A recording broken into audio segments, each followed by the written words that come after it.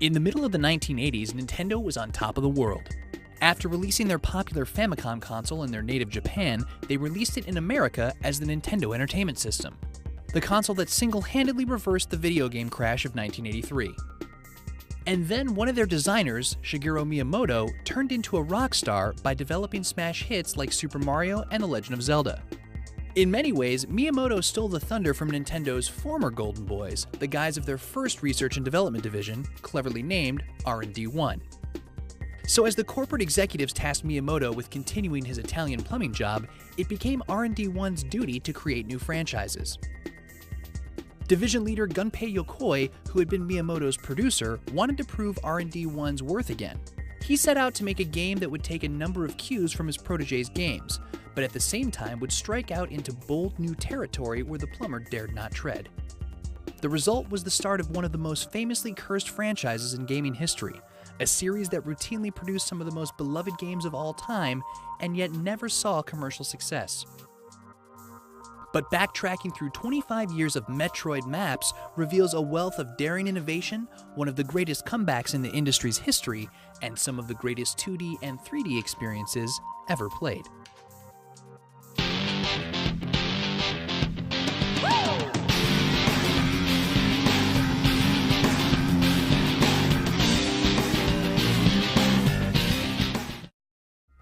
Looking out at the gaming landscape of the mid-80s, Yokoi saw that there were a lot of different design ideas emerging. His protege, Miyamoto, had made platforming popular with his Mario series, and non-linear exploration popular with his Zelda series. Meanwhile, in the West, arcade shooters like Commando were just starting to become popular. Yokoi decided that he would combine all of these disparate elements into one game, a non-linear shooter platformer. On top of this, he also wanted to go where Miyamoto hadn't dared. The Nintendo rockstar was a child at heart, and his games were correspondingly lighthearted. Yokoi's game, by contrast, would be a dark, moody piece that took its cues from Ridley Scott's Alien, just about the opposite of a kids' movie. It's no coincidence that one of the famous bosses in the game is named Ridley. Under the direction of Yoshio Sakamoto, the game would feature a darker color set, a claustrophobic space, and a distinct sense of isolation throughout. Where Mario had Luigi, this hero would be alone with his enemies for the entire journey. It was one of the earliest games that specifically tried to appeal to an older audience. The hero would be interstellar bounty hunter Samus, and his game was to be called Space Hunter. But as the development progressed, the crew started getting more creative with their names. First up, a soccer fan on the team gave Samus the last name Aaron, after the middle name of soccer legend Pele, Arantes. Next, the title itself got an overhaul. Director Sakamoto realized that the hero's rapid movement through underground spaces was kind of like taking the city metro, and that his power armor looked kind of like an android. Crunching Metro and Android together, and he got a word that he thought was pretty cool: Metroid. The name stuck. Ironically, while this word was made to describe the hero, it would eventually become the name of the hero's enemy. The story was relatively bare bones, but was just enough to give the gameplay a cool context. Bounty hunter Samus has discovered that the evil space pirates have set up a secret base underneath a deserted planet, where they are growing an army of Metroids, evil creatures that are just plain bad news. It's up to our hero to save the day. But to do it, Samus would have to break well-established gaming conventions. Like other characters of the time, Samus could run to the right, but to gamers' surprise, he could also run back to the left. Metroid was one of the first games to ever allow backtracking. Yokoi, Sakamoto, and their team took this simple mechanic and designed an entirely new genre of gaming around it. Where other games had the player run through a linear level to its end, the entire Metroid game would all be one giant map that could be traversed at will. The trick was that certain regions would be inaccessible until Samus found a specific power-up for his armor. This meant the player would constantly be moving back and forth, up and down across the map, searching for new items to reach new areas. It was so huge, in fact, that players wouldn't be able to beat it in one sitting. So the crew made use of a radical new system, pioneered by Zelda just a few months earlier, allowing the player to save his progress. Now it wouldn't matter if the player had to go do something else. He could come back to the game at any time.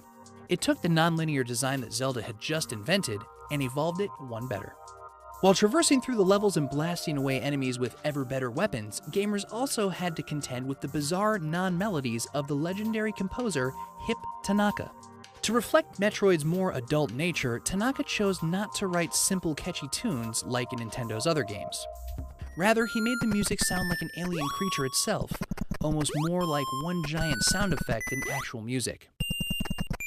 The famous Metroid theme song would only play once a player actually beat the game, so that after hours of playing through bizarre soundscapes, the player could finally relax into a recognizable song. A reward for a job well done. Oh yeah, and there was one other little reward players got at the game's end. One of the most famous twists in all of gaming. After wiping out the Metroids and defeating the space pirates' infamous leader Mother Brain, Samus finally relaxed, took off his suit, and was revealed to be a woman. In 1986, the idea of a female protagonist in a video game was practically unheard of, unless you count Ms. Pac-Man. One of the developers came up with the idea about halfway through production, and everybody agreed it would be a cool twist. To preserve the secrecy, Samus was always referred as a he in promotional material, and even in the game's own manual. And as it happened, the twist itself had another twist. It turned out that the revelation would only be revealed if the player beat the game under a certain time limit. And then the really great players realized that if they could beat Metroid as quickly as possible, they'd get to see Samus in a bikini. Don't look, kids. It was the first video game in history to have alternate endings, and was a shock to audiences everywhere. It also gave them a reason to play the game through a second time. Bikinis were a great motivator. The concept of multiple endings was broadly adopted and has been seen in numerous other games right up until today. So the gameplay was awesome, innovative, and edgier than anything else on the market. The twist was mind-blowing and progressive all at once, and it changed gaming forever. Therefore, it didn't sell. Wait, what? Yokoi had been asked to make his game for the Famicom Disk System, an optional accessory to the main console. Sadly, this accessory never caught on like Nintendo hoped, and therefore a game exclusively for it never really had a chance. However, when Metroid came to America and its cartridge-based Nintendo Entertainment System, it performed much better. In fact, were it not for Metroid's good, if not stellar sales stateside, the franchise would probably have been scrapped for good right at the start. One problem with the American version, however, is that it couldn't save a player's progress, since cartridges at the time had no memory. So to allow players to get through the massive game in multiple sittings, Nintendo of America instituted a password system.